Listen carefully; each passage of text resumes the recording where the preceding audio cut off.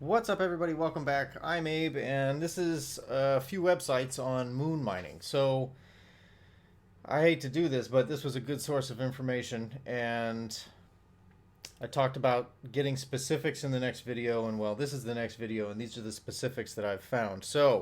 Um, so let's jump right into it, and let me make it so, yeah, there we go. All right, let's see. So to start off, we talked about moon scanning, right? So you can figure out, what ores are in the moon that you're coming across. And in the previous video, we did a brief overview of moon minings from start to finish. And so this video, we're going to get into all of the specifics, and I'm mostly going to walk through two of the pages from EVE Online, one from ore.celestes.de and one from the EVE University page. So you can go back and see all of these. I've got the URL up at the top there, but this is on EVE Online support page, and you can see where I'm at and the date of this. So if it's a little outdated, I apologize, but it's locked in time once I make it. So that's how it is. So for moon scanning, the probes take up a bit of space, and you can have anywhere from like a couple to 90 moons in a system, and so you might need a bunch.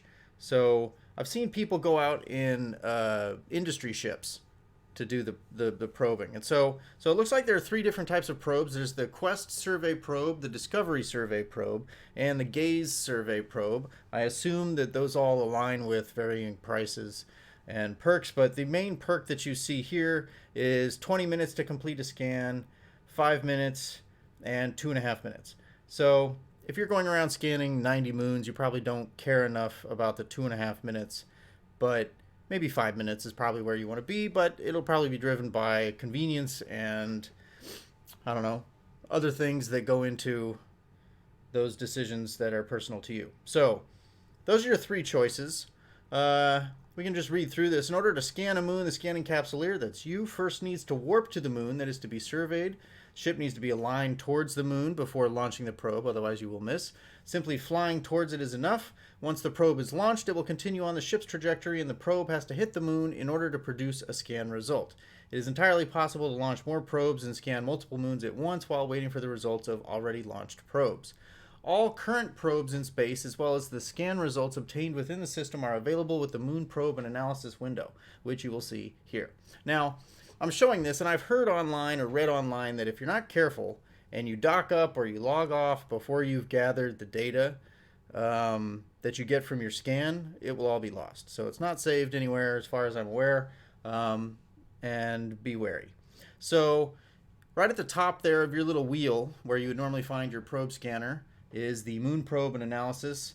This is what the window looks like, and it tells you the percentages, as you can see here, of each of the various things. This first one, loparite, is a one of the moon ores or goos or whatever, and then you can see the plus 15% version of amber and kernite. So this is 30% kernite, 22% amber, and 48% loparite. So that's how you would read that.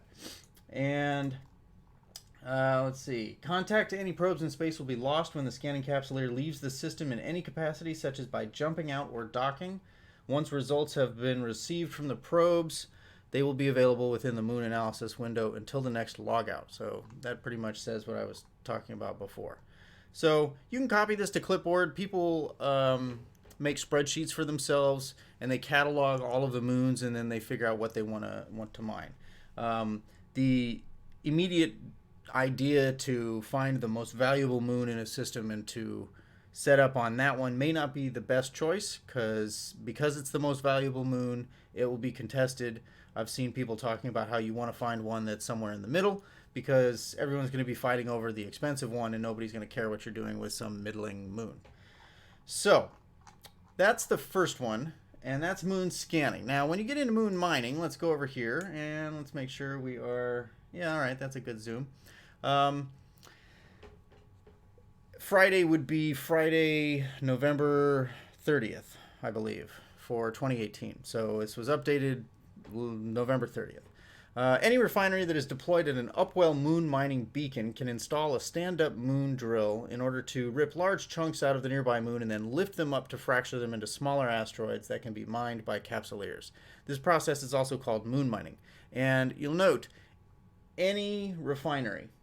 So that's an Athanor or a Tatara. I've seen mostly Athanors because they're much cheaper.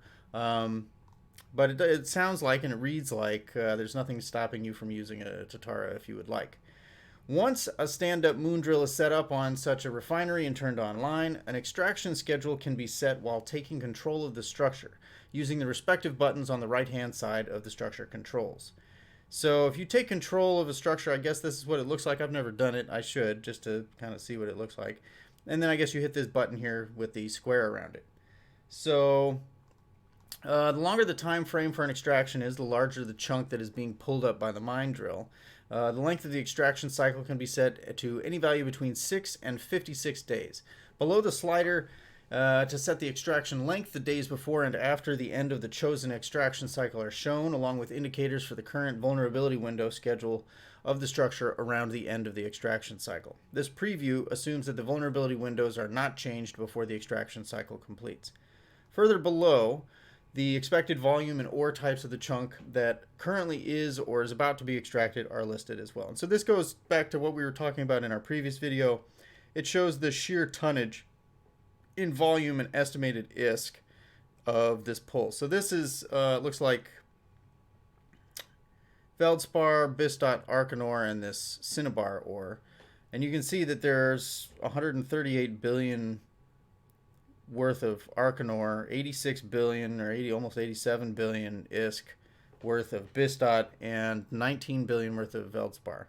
And so you can see that the percentage here is like a little bit higher for Feldspar than the rest, but this is what it looks like. In total, this is a 244 billion ISK pull and 2.8 million cubic meters. So again, take into consideration what you personally are going to be able to sell or mine in an evening. You know, in a skiff, I might be able to pull in, like if I put in an hour, I might be able to pull in, I don't know, I'm just taking a stab in the dark here, but like 60 to 75,000 cubic meters. So multiply that out, and that's just by myself. So it's definitely not worth it for me to, you know, to come in here and try to, I'm not going to mine all of this. I'm not going to mine anywhere near all of this. Starting an extraction will then cause the moon drill to shoot at the moon and drag the resulting chunk up to the refinery over the course of the planned extraction cycle. Any character who is able to take control of the refinery will be able to start an extraction, but only the CEO, directors, or a member with the station manager role of the corporation owning the refinery may cancel an ongoing extraction cycle. After the extraction cycle completed, or is completed, the moon chunk will be ready outside of the refinery, waiting for the moon drill to fire at it again in order to break it apart into smaller asteroids that can then be mined by capsuleers using a mining laser, much like a normal ore asteroid. The completion of the extraction cycle is also indicated to any visitors of the structure by the tractor beam of the moon drill turning yellow. If an extracted moon chunk has not been destroyed within 3 hours of the end of the extraction, the moon drill will fire on it automatically. This time until automatic fracture can be extended by a rig on the refinery.